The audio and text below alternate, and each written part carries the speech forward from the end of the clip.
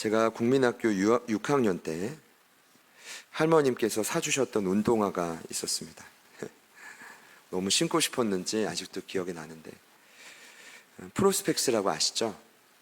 엄청난 메이커입니다. 거기서 막 나온 신상이었는데 이름이 헬리오스라고.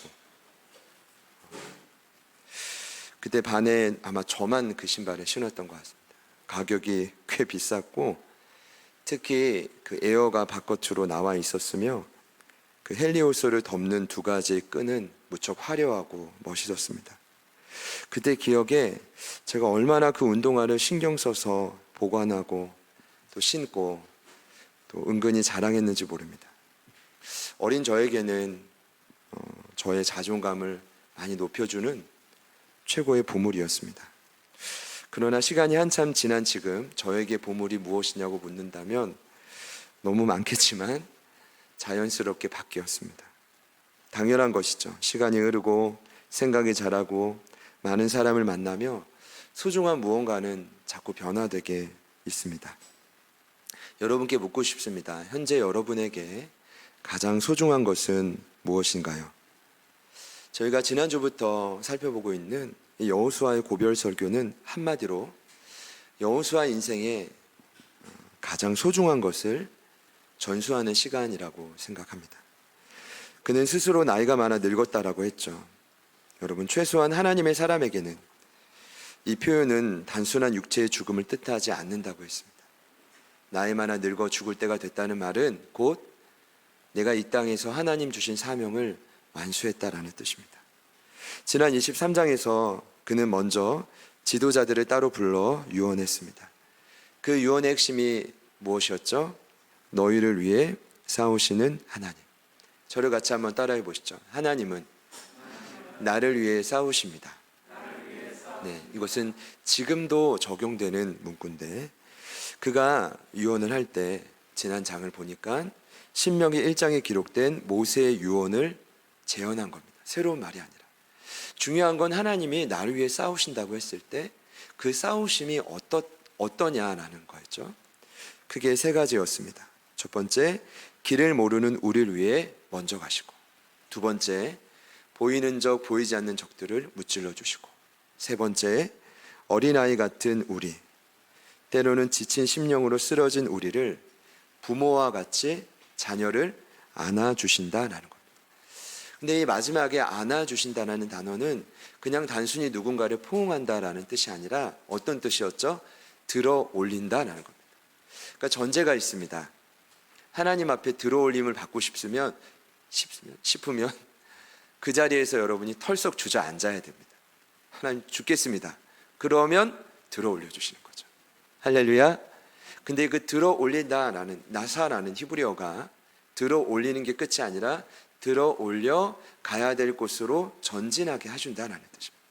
그러니까 하나님이 나를 위해 싸워주시는 이 모습이 얼마나 완벽하십니까? 길을 모르기에, 경험이 없기에, 싸울 줄 모르기에 먼저 가시고 무찔러 주시고 안아주신다. 여러분, 오늘도 예배하는 여러분들에게 동일한 은혜가 있기를 축복합니다.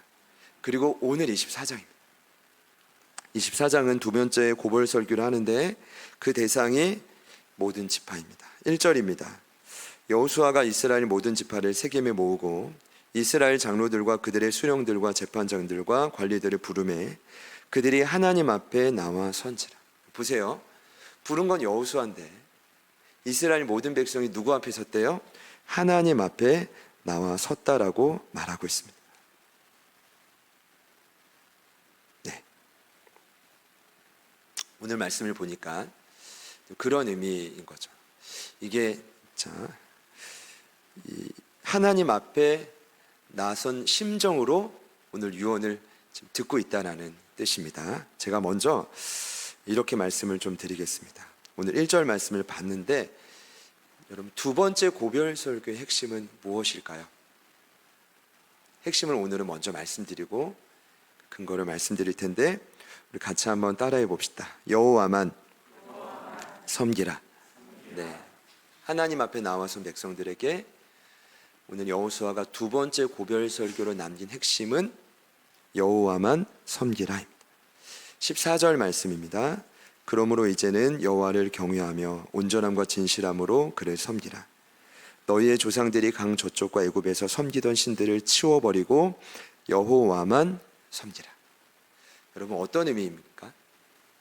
이런 의미일 겁니다. 당시 이스라엘이 여호와만 예배하지 않았다는 뜻입니다.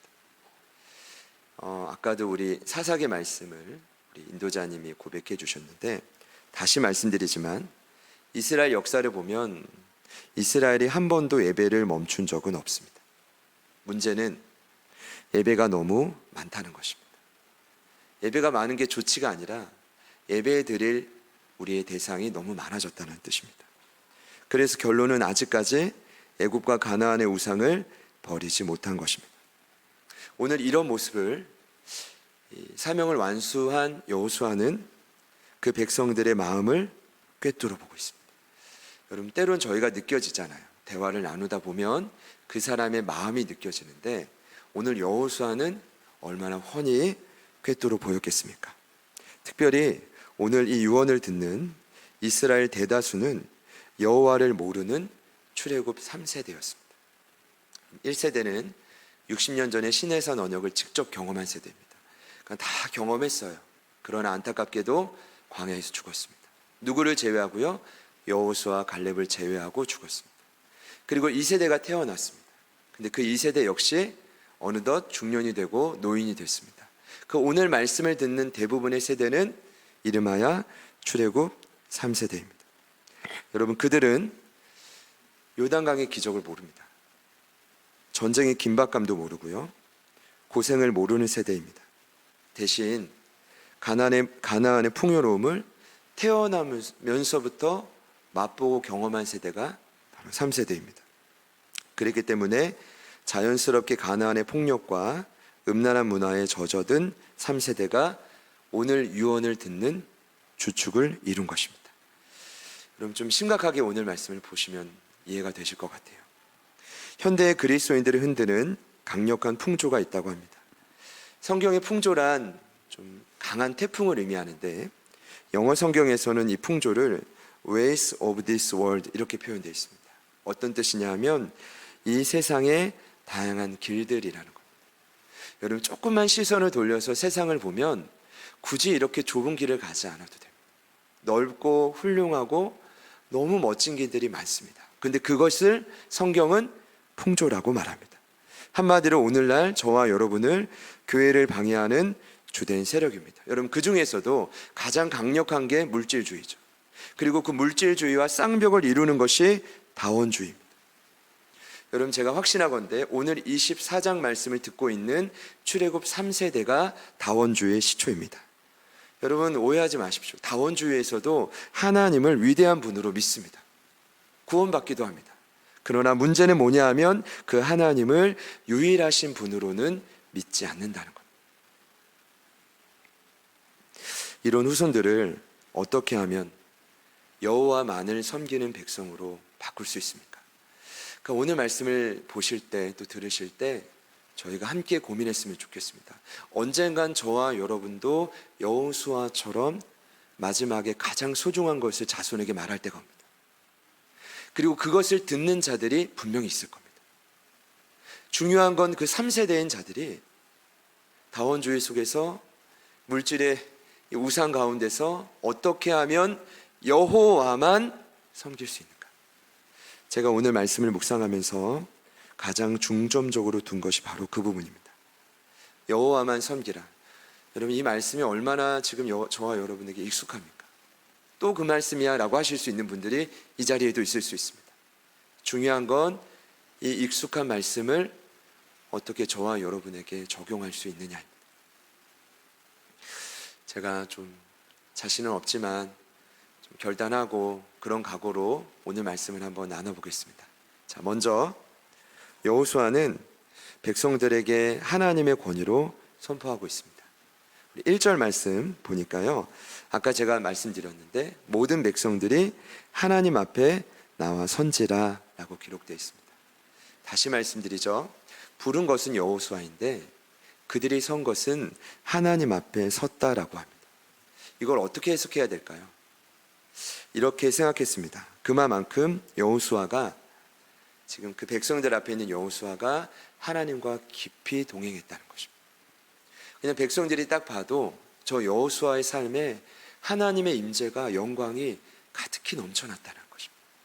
그러니까 여호수아 앞에 섰다라고 하지 않았고 누구 앞에요? 여호수아와 함께하는 하나님 앞에 섰다라고 하는 거죠. 하나님의 대리자인 여호수아도 오늘 말씀을 보니까 정말 그분을 절대적으로 의지하는 마음으로 이 말씀을 전하고 있습니다. 그 증거가 바로 뭐냐 하면 오늘 본문에 계속 등장하는 한 단어가 있습니다. 바로 내가라는 단어. 같이 한번 따라해 보실까요? 내가. 이 단어가 너무 많이 나옵니다. 3절, 5절, 6절, 7절, 8절, 10절, 12절, 13절까지 아주 꽉 채워가지고 내가라고 선포하고 있습니다. 이렇게죠. 내가 너희의, 내가 모세와, 내가 너희의, 내가 또 너희를, 내가 발람을 위해, 내가 왕벌을. 계속해서 내가 말하고 있는 거죠. 여호수아인데 여호수아가 감히 하나님처럼 내가라고 하는 거죠. 어떤 마음입니까? 지금 이 마지막 유언을 내가 하나님의 마음과 입장에서 간절히 외치겠다는 것입니다. 그러니 제발 이 말만큼은 이 후손들에게 뭐예요? 지켜달라고 부탁합니다. 제발 이 말만큼. 이해되시죠? 그러고 보니까 그래서 이제 오늘 마지막 유언을 세겜 땅에서 전하고 있습니다. 여러분 그런 이유일 겁니다. 제가 예전에도 세겜에 대해 설계했는데 세겜은 어떤 땅입니까? 아브라함이 가나안 땅에 들어와서 하나님께 처음 제단을 쌓고 정착한 곳입니다. 그리고 오랫동안 고생했던 야곱이 하란에서 돌아온, 그리고 그 땅에서 단을 쌓고 정착하려 했던 곳이 세겜입니다. 그리고 일전의 말씀을 나누었지만 이스라엘 백성들이 가나안 땅에 처음 들어왔을 때 이 세겜의 그리심산과 에발산에서 축복과 저주의 말씀을 선포했습니다. 선택하라고 했죠. 말씀을 돌에 새기고 말씀을 선포했던 기억 나십니까? 또한 성경에 보면 아마도 이 사람의 장래 일정이 가장 길었을 겁니다. 누구일까요? 요셉입니다. 요셉이 자기의 유고를 애굽 땅에 두지 말고 나중에 어디에 묻어달라고 한지 아십니까? 세겜 땅에. 왜 그랬을까요? 그 이유가 있는 거거든요. 그 땅에 하나님을 만났고 수많은 조상들이 굴복했던 땅이기 때문이죠. 그러니까 저희도 얼마 전에 장례 예배를 치렀지만 보통 마지막은 요즘은 이제 봉안식을 예배를 많이 하죠. 예전에 이제 하관식을 한다고 합니다. 그러니까 마지막 하관을 한 요셉의 뼈를 묻은 곳이 어디라고요? 세겜이었습니다. 세겜은 수많은 조상들이 하나님을 만났던 곳입니다. 그곳에서 굴복했던 곳이고 그곳에 묻혔던 곳입니다. 오늘 여호수아가 그곳에서 마지막 유언을 한다는 건 결코 우연이 아닐 것입니다. 아마도 수많은 믿음의 조상들처럼 이 마지막 유언을 듣는 후손들도 그렇게 되기를 기대하는 마음으로 말씀을 나눴을 것입니다. 중요한 것은 여호수아가 오늘 우상의 문화에 젖어 있는 그들을 어떻게 설득하느냐입니다. 오늘 그 설득의 내용이 2절부터 13절에 정확하게 기록되어 있습니다. 오늘 저 또한 좀 그런 마음입니다. 제가 이 설득의 내용을 얼마만큼 잘 소개할 수 있을지 모르겠지만 여러분 부디 말씀을 들으시고 저와 여러분 모두가 여호와만 예배할 수 있기를 축복합니다. 여호와만 사랑할 수 있기를 축복합니다. 부디 우상들을 내려놓을 수 있기를 축복합니다. 오늘 하나님이 여호수아를 통해 이 유언의 설득의 내용 이렇게 세 가지입니다. 그것이 선택, 구원, 그리고 승리인데 먼저 나누고 싶은 것은 선택입니다. 오늘 2절 말씀을 보니까 하나님은 이스라엘의 조상인 아브라함을 전적으로 선택하셨습니다. 아브라함의 고향은 여러분이 아는 것처럼 갈대아 우르였습니다. 당시 시대의 상으로 볼 때 갈대아 우르는 최고의 도시였습니다. 여러분 요즘에 여행을 갈 때 정말 화려한 도시로 가고 싶다면 어디를 꼽겠습니까? 뉴욕입니까? 발리? 요즘엔 정하기 좀 어렵습니까? 네. 당시에 꼽자면 갈대아 우르입니다. 최고의 상업도시입니다. 그곳엔 돈이 모였고 음란한 문화가 창궐했고 자연스럽게 우상 또한 창궐했습니다. 근데 놀랍게도 아브라함의 아버지 데라가 무슨 일을 했습니까? 우상을 만들어 파는 직업이었습니다. 아마 잘 나갔을 겁니다. 아들이었던 아브라함도 잘 살았을 겁니다. 그는 그 문화 속에 살면서 하나님을 따르기 위해 전혀 준비가 되지 않은 사람입니다. 여러분, 그가 왜 선택됐죠? 착해서입니까? 임기응변에 뛰어나서입니까? 언변의 능력이 있어서입니까? 결코 아닙니다. 제가 볼 때는 그냥 하나님이 선택하신 겁니다. 오늘 이거를 먼저 여호수아가 말하고 있습니다. 그래서 그를 선택하시고 어떻게 하셨죠? 갈대아 우르에서 나와. 왜입니까? 죄로 만연된 곳, 익숙한 곳을 떠나지 않으면 우린 누구든지 성장할 수 없습니다. 언젠간 우리에게 믿음의 성장을 요구하실 때 하나님은 죄로 익숙한 곳을 반드시 떠나게 하실 때가 있습니다. 여러분, 그때 아브라함처럼 떠나시기를 축복합니다. 떠나면 그때부터 특별해집니다. 제가 볼 때 아브라함은 선택받았기 때문에 특별해진 겁니다. 그가 잘나서가 아닙니다. 그때부터 그의 인생을 보면 기적이 일상이 됩니다. 오늘 제가 2절부터 4절에 이 선택에 관한 내용을 계속 묵상하는데 세 사람이 등장합니다. 아브라함, 이삭, 야곱입니다. 이 3부자가 이 3대가 공통점이 한 가지 있습니다. 자손을 많이 낳았다는 겁니다. 그런데 자세히 보세요. 모두 다 남편의 아내들에게 공통점이 있었는데 불임이었습니다. 아브라함의 아내 사레는 불임이었죠. 하나님이 아브라함 100세 때 그 아들 이삭을 준 것입니다. 야곱은 어떻습니까? 아내 리브가가 불임이 아니었나요? 결혼하고 무려 20년 동안 아이가 없었습니다. 이 정도면 불임이죠. 그러니까 하나님의 은혜로 야곱을 주신 겁니다. 야곱은요, 가장 사랑했던 아내였던 라헬이 자식이 없었죠. 하나님의 은혜로 태의 문이 열리자 누가 태어났죠? 요셉이 태어났습니다. 그리고 하나님은 요셉을 애굽의 총리로 보내시고 70명의 식솔들을 가문 가운데도 지키셔서 고이 애굽으로 보내십니다. 그리고 오늘 말씀을 보면 400년 안에 그 70명이 거대한 200만이 넘는 민족을 만드신 것입니다. 여러분, 이분이 바로 우리 하나님이십니다. 저는 하나님께서 전적으로 저와 여러분을 선택하셨다고 생각합니다. 그러니까 저와 여러분도 마찬가지라고 생각하시면 됩니다. 여러분이 잘나서가 아닙니다. 내가 조금 더 거룩한 배경에서 자랐기 때문이 절대로 아닙니다. 여러분이 지혜로워서가 아닙니다. 하나님은 이미 그냥 선택하셨고 그때부터 조금씩 준비시켜 주시는 것입니다. 여러분, 다시 한번 생각해 보십시오. 만약 여러분이 하나님을 만나지 못했다면 여러분의 인생은 어땠을까요? 그분 때문에 새로운 삶을 살다가 오늘 여기까지 오신 것 아닙니까? 오늘 여기까지 와서 함께 예배하는 것 아닙니까? 사랑하는 여러분, 우리의 계획이 아니라 하나님의 선택 안에서 하나님의 전적인 섭리 안에 저와 여러분이 만났음을 기억하시기를 소망합니다. 네, 그래서 이 한 가족이 된다라는 건 굉장히 엄청난 일입니다. 우연이 아니라 하나님의 선택인 거죠. 우리 옆에 있는 분들께 이렇게 한번 인사해 보겠습니다. 하나님이 당신을 선택하셨습니다. 여러분, 제가 정말 이 사실을 마음속으로 얼마나 많이 외치는지 모릅니다.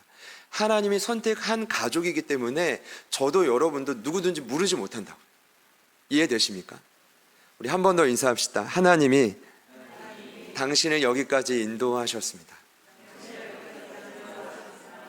우리 온라인으로 예배하시는 분들께도 한번 축복합시다. 하나님이 당신을 선택하셨습니다. 당신을 선택하셨습니다. 이것을 먼저 지금 이스라엘 백성들에게 강조하고 있습니다. 왜냐하면 역사를 알려주는 거예요. 지금 너희들의 역사의 시작이 어떻게 됐는지 아느냐? 너희들의 헤어나올 수 없는 세상 우상 문화에서 내가 전적으로 너희를 선택해서 건져주셨다는 것을 먼저 가르쳐주는 거죠. 역사의 시작과 과정과 흐름을 지금 내가 주도하고 있다는 거.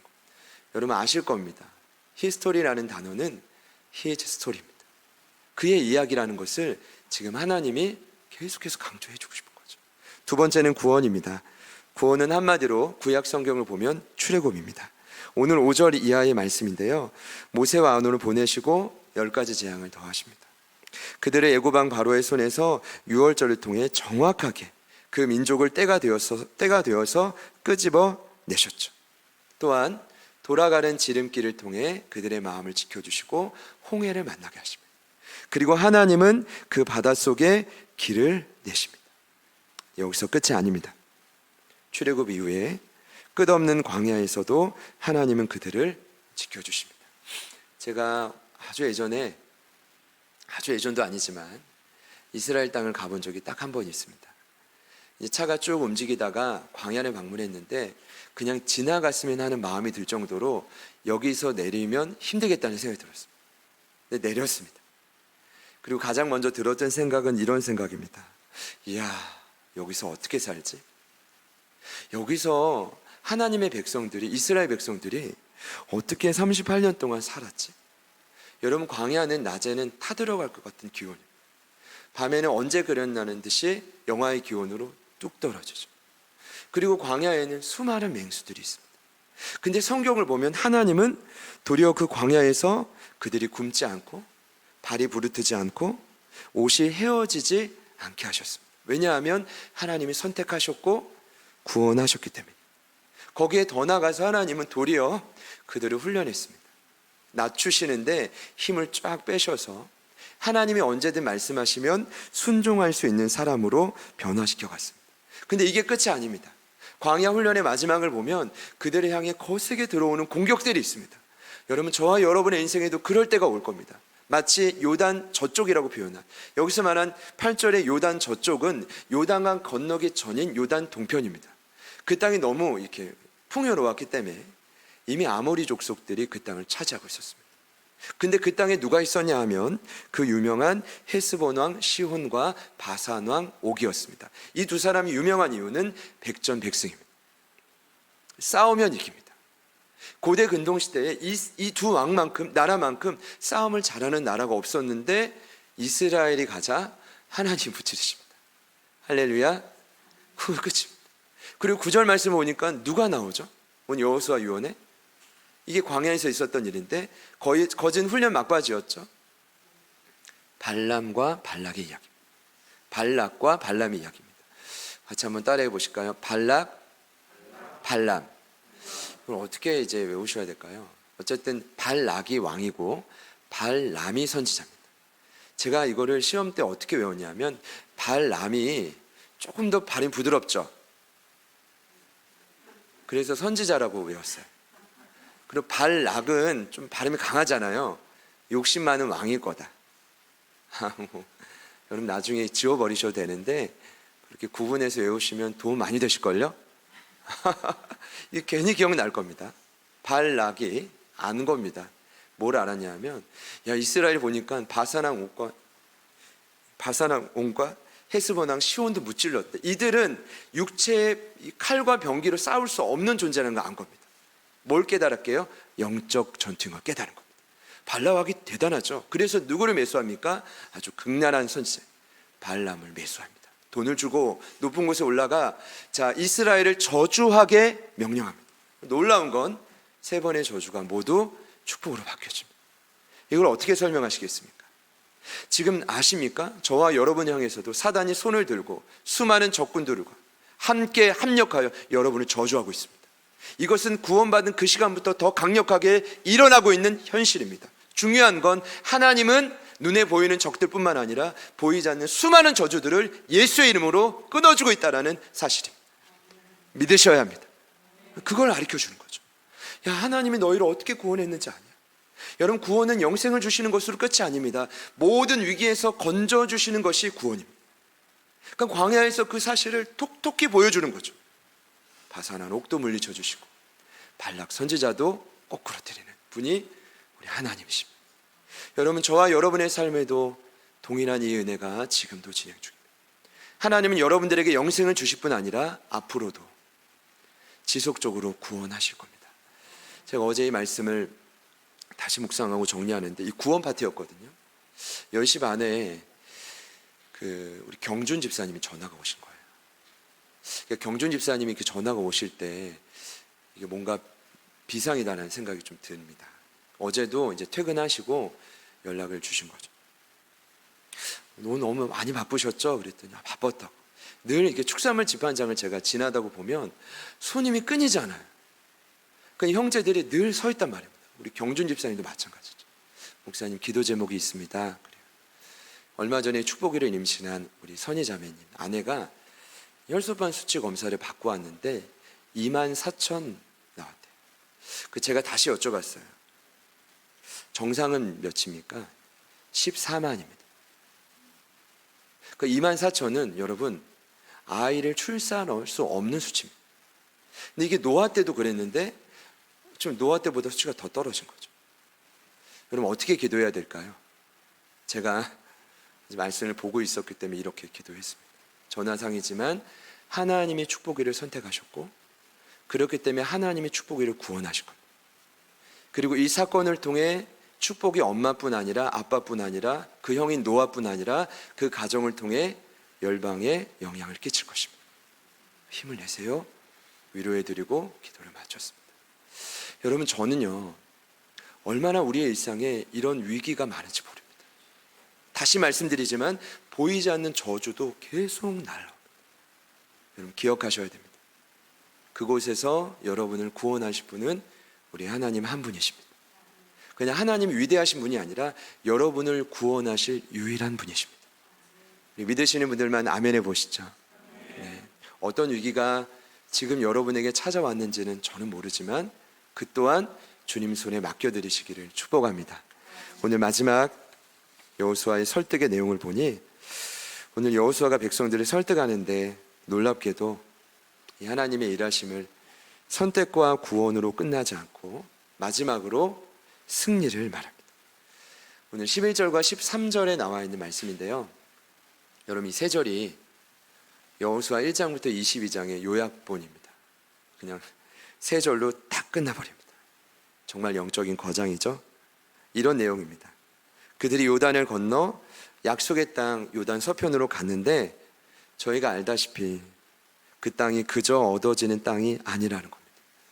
여러분 저는 이게 참 어려워요. 때로는 주님 비전이 맞고 확신이 있어서 그 땅을 갔단 말이에요. 그럼 그 땅을 손쉽게 주시면 얼마나 좋겠어요. 그런데 문제는 뭐냐 하면 그때부터 시작이라는 거예요. 전투의 연속입니다. 38년간 훈련 받았습니다. 이스라엘 백성들이 그 훈련 위에 순종을 더해 요단강 물을 밟고 그 물이 멈추는 것을 경험하며 석비를 세우고 그 땅에 들어갔습니다. 들어갔더니 누가 기다려요? 강력한 7 부족이 기다립니다. 저희들을 부르시고 파송한 자리도 마찬가지 아닙니까? 매일 전투가 있죠. 매 순간 방해가 있죠. 결과는 2가지밖에 없대요. 성경은 패배 아니면 승리. 그러나 오늘 말씀은 분명히 가르쳐주고 있습니다. 하나님께 선택받고 구원받은 자녀는 전혀 문제가 되지 않는다. 이유는 하나님께서 직접 그 적들을 물리쳐 주시기 때문입니다. 도리어 오늘 말씀을 보니 이렇게 말하고 있습니다. 수고하지 않은 땅과 건설하지 않은 성읍을 그들에게 주셨다. 또한 심지 아니한 열매까지 허락하셨다. 저희가 때로는 많이 착각해요. 신앙생활 하다 보면 내 노력과 기질이 들어가서 열매가 나온 것처럼 그래서 자신의 위치를 착각하죠. 저는 오늘 분명히 깨달았습니다. 기독교는 정확히 말하면 심은 대로 거두는 종교가 아닙니다. 기독교는 심지 않아도 거두게 하는 종교입니다. 여러분 믿으십니까? 자존심 상하세요? 이것이 은혜입니다. 저와 여러분이 열심히 노력해서 얻어낼 수확이 결코 아닙니다. 나는 못하고 여전히 부족하지만 하나님이 감당하게 하시고 그분이 승리를 주시는 것입니다. 오늘 여호수아가 죽음을 앞두고 마지막으로 전하고 싶은 말이 정말 전하고 싶은 말이 바로 이것이었습니다. 내가 살아보니 하나님이 결국 다 하셨다. 너희를 헤매이던 너희를 그분이 찾아내셨고 그분이 구원을 주셨으며 지금도 여전히 승리를 주실 수 있다. 여러분 정말 믿으십니까? 사랑하는 여러분, 이런 하나님이 위대하실 뿐 아니라 유일하신 분임을 믿으시기를 축복합니다. 그래서 오늘 여호수아가 마지막으로 강력하게 권면하고 있습니다. 우리 같이 한번 15절 말씀, 우리 힘차게 마지막으로 같이 한번 읽어보겠습니다. 시작. 만일 여호와를 섬기는 것이 너희에게 좋지 않게 보이거든 너희 조상들이 강 저쪽에서 섬기던 신들이든지 또는 너희가 거주하는 땅에 있는 아모리 족속의 신들이든지 너희가 섬길 자를 오늘 택하라. 오직 나와 내 집은 여호와를 섬기겠노라 하니. 아멘. 그냥 14절 15절을 뚝 읽으면 죽기 전에 뭐야 자랑하는 거야? 본인만 섬기면 됐지 이렇게 느낄 수 있는데 그런 말이 아니죠. 오늘 1절과 13절의 말씀을 자세히 분석해 보니 어떤 말입니까? 설득할 내용을 다 하고, 자 이제는 우상인지 여호와인지 우상인지 너희가 정말 섬길 자를 오늘 택하라. 여러분, 이제 언제 또 우리에게 이런 기회가 있을지 모르겠어요. 물론 저희가 늘 예배하겠지만 정말 하나님 앞에 선 각오와 마음으로 내가 정말 소중히 여기는 그 무언가와 하나님 편에서 선택해야 될 때가 언제 올지 모르겠어요. 저는 오늘이 귀한 기회라고 생각합니다. 저와 여러분 이미 구원받았지만 수많은 은혜를 경험하고 승리를 맛보았지만 오늘 저와 여러분에게도 오늘 이 말씀이 결코 쉽지 않은 선택이라고 저는 생각합니다. 쉽지 않고 부담될 때 오늘 여호수아가 전한 이 마지막 설득을 기억하십시오. 저와 여러분은 선택하신 분, 구원하신 분, 승리를 주시는 유일한 분은 여호와 하나님 한 분입니다. 저는 오늘 그분을 이렇게 표현하고 싶습니다. 그분은 정말 부족함 없다. 그분은 언제나 내 갈증과 필요를 채우신다. 한마디로 하나님은 놀라우신 하나님입니다. 우리 그 하나님께 부족하지만 영광의 박수 한번 올려드리겠습니다.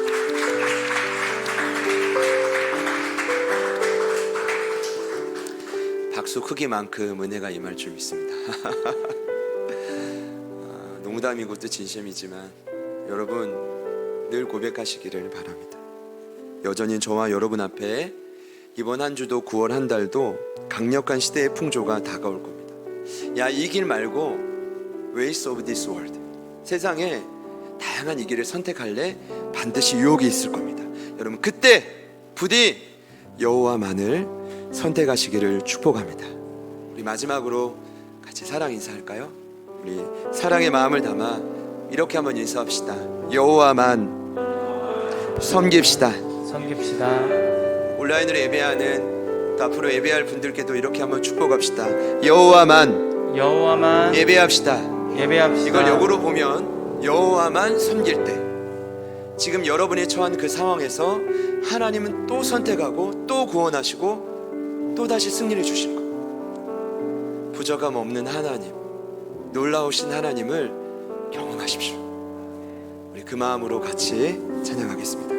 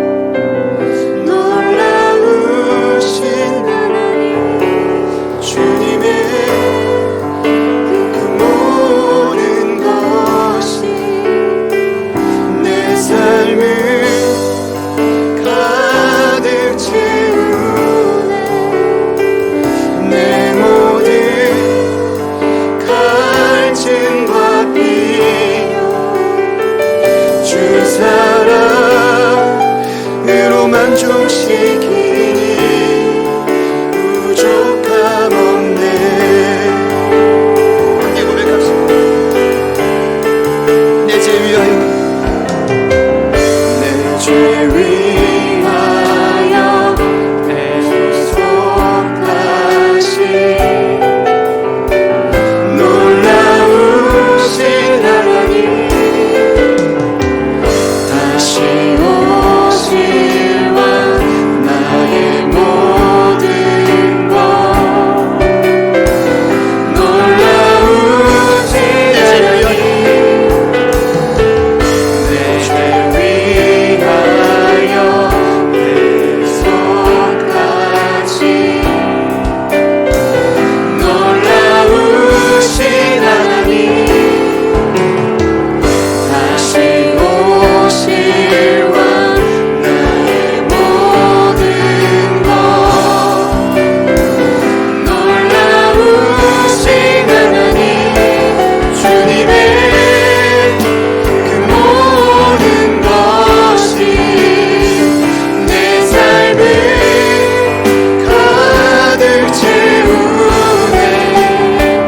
내 모든 갈등과 비교 주 사랑으로 만족시키니 주님의 그 모든 것이 주님의 그 모든 것이 내 삶을 가득 채우네. 내 모든 갈증과 비교 주 사랑으로 만족시키니 모두 고백합시다. 주님의 그 모든 것이 내 삶을 가득 채우네. 내 모든 갈증과 비교 주 사랑으로 만족시키니 부족함 없네. 함께 고백합시다. 내가 원하는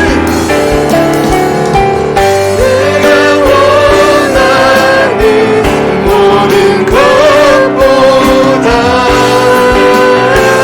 부족함 없는 나의 주님, 내가 말하고 하는 것보다 더욱더 놀라운 내가 원하는 주님, 내가 원하는 모든 것보다 부족함 없는 나의 주님, 내가 바라고 하는 것보다 더욱더 놀라우신 주님의 그 모든 것이 내 삶을 가득 채우네.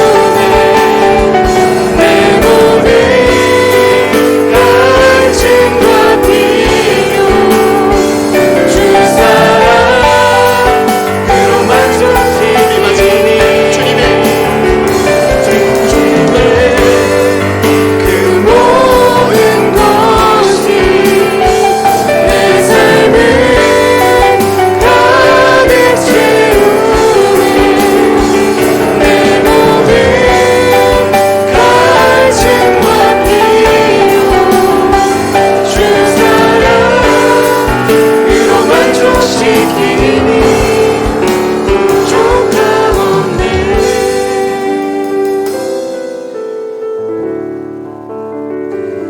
오늘 이 고백이 저와 여러분의 고백이 되어지기를 소망합니다.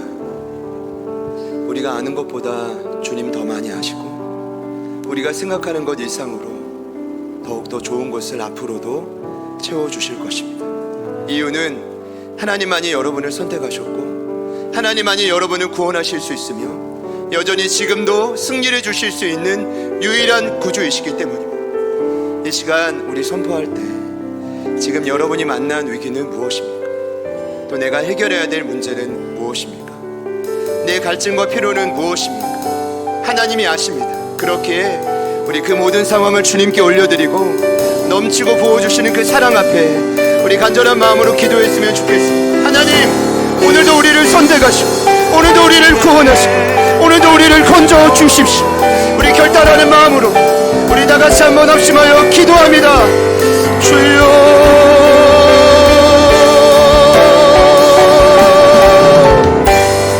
주님 도와주십시오. 주님 앞에 결단하며 나아가 하나님 앞에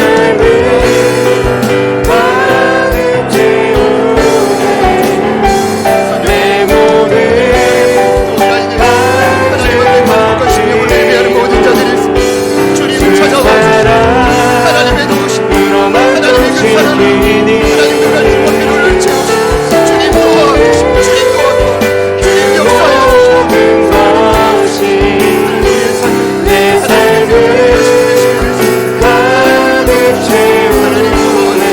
하나님 일하여 내 모든 갈증과 피로 주 사랑 하나님 안에 섬기는 으로 만족시키니 하나님 안에 살아가는 주님 도와주시고 그 모든 것이 내 삶을 가득 채우네. 내 모든 갈증과 피로 하나님 일하여 주 사랑으로 만족시키니 부족함 없네. 주님 역사, 주님 인도로 성령님 도와주시고 내가 원하는 모든 것보다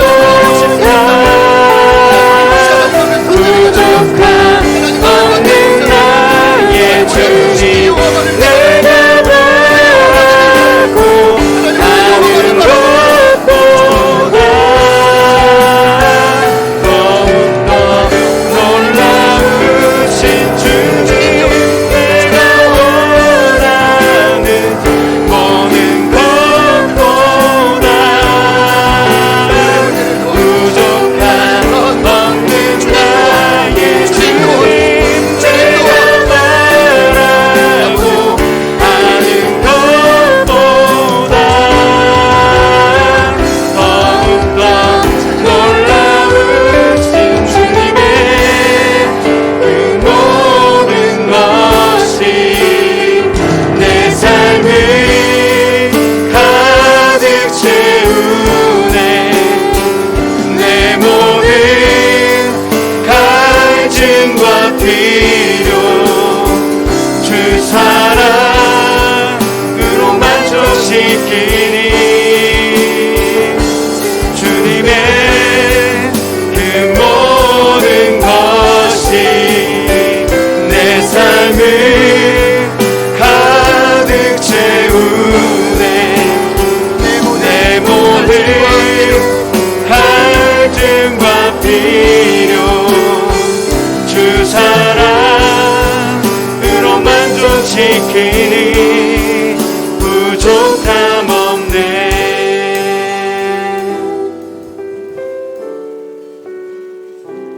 주님의 그 모든 것이 내 삶을 가득 채우 내 모든 갈증과 필요 주 사랑으로 만족시키니 주님의 그 모든 것이 내 삶을 가득 채우 내 모든 갈증과 필요 주 사랑으로 주 사랑으로 주 사랑으로 만족시키 주 사랑으로 주 사랑으로 만족시키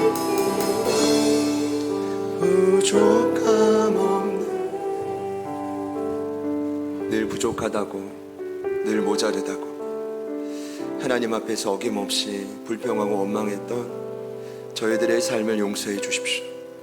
하나님이 이미 과거에 수없이 우리를 구원하셨고 우리에게 승리를 주셨음에도 그 모든 일들을 새까맣게 잊은 채 여전히 갈급한 심령으로 세상 수많은 길을 쫓아 살았던 우리의 삶을 용서하여 주십시오. 아멘. 이 시간 결단합니다.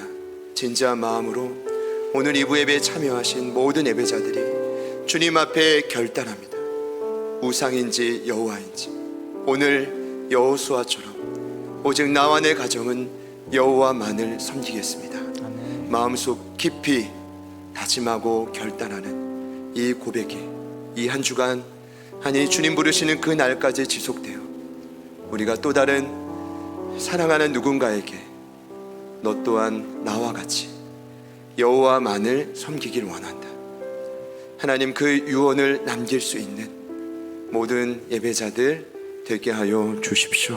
아멘. 이제는 우리 구주 예수 그리스도의 은혜와 하나님 아버지의 변함없는 신실하신 사랑하심과 성령님의 내주 충만 교통 위로하심의 역사가 더 이상 세상의 수많은 우상들을 쫓지 않고 여호와만을 섬기겠습니다. 마음속 깊이 말씀을 근거로 용기를 내어 그 은혜를 힘입어 결단하는 오늘 2부 예배에 참여하신 소중한 가족들 모든 예배자들 머리 위에 그리고 오늘 저희들의 이 고백을 통해 다시 한번 주님께로 돌아오게 될 우리 주변에 아파하고 방황하는 수많은 영혼들 삶의 터전 위에 그리고 지금은 혈소판 수치가 너무 낮아 두렵고 어두운 마음이 있지만 오직 승리를 주시는 그 하나님을 믿음으로 다시 우뚝 세워지게 될 우리 축복이와 축복의 어머님 선희 자매님 귀한 가정 모든 삶의 터전 위에 지금부터 영원토록 함께 하시기를 간절히 축원하옵나이다. 아멘. 아멘.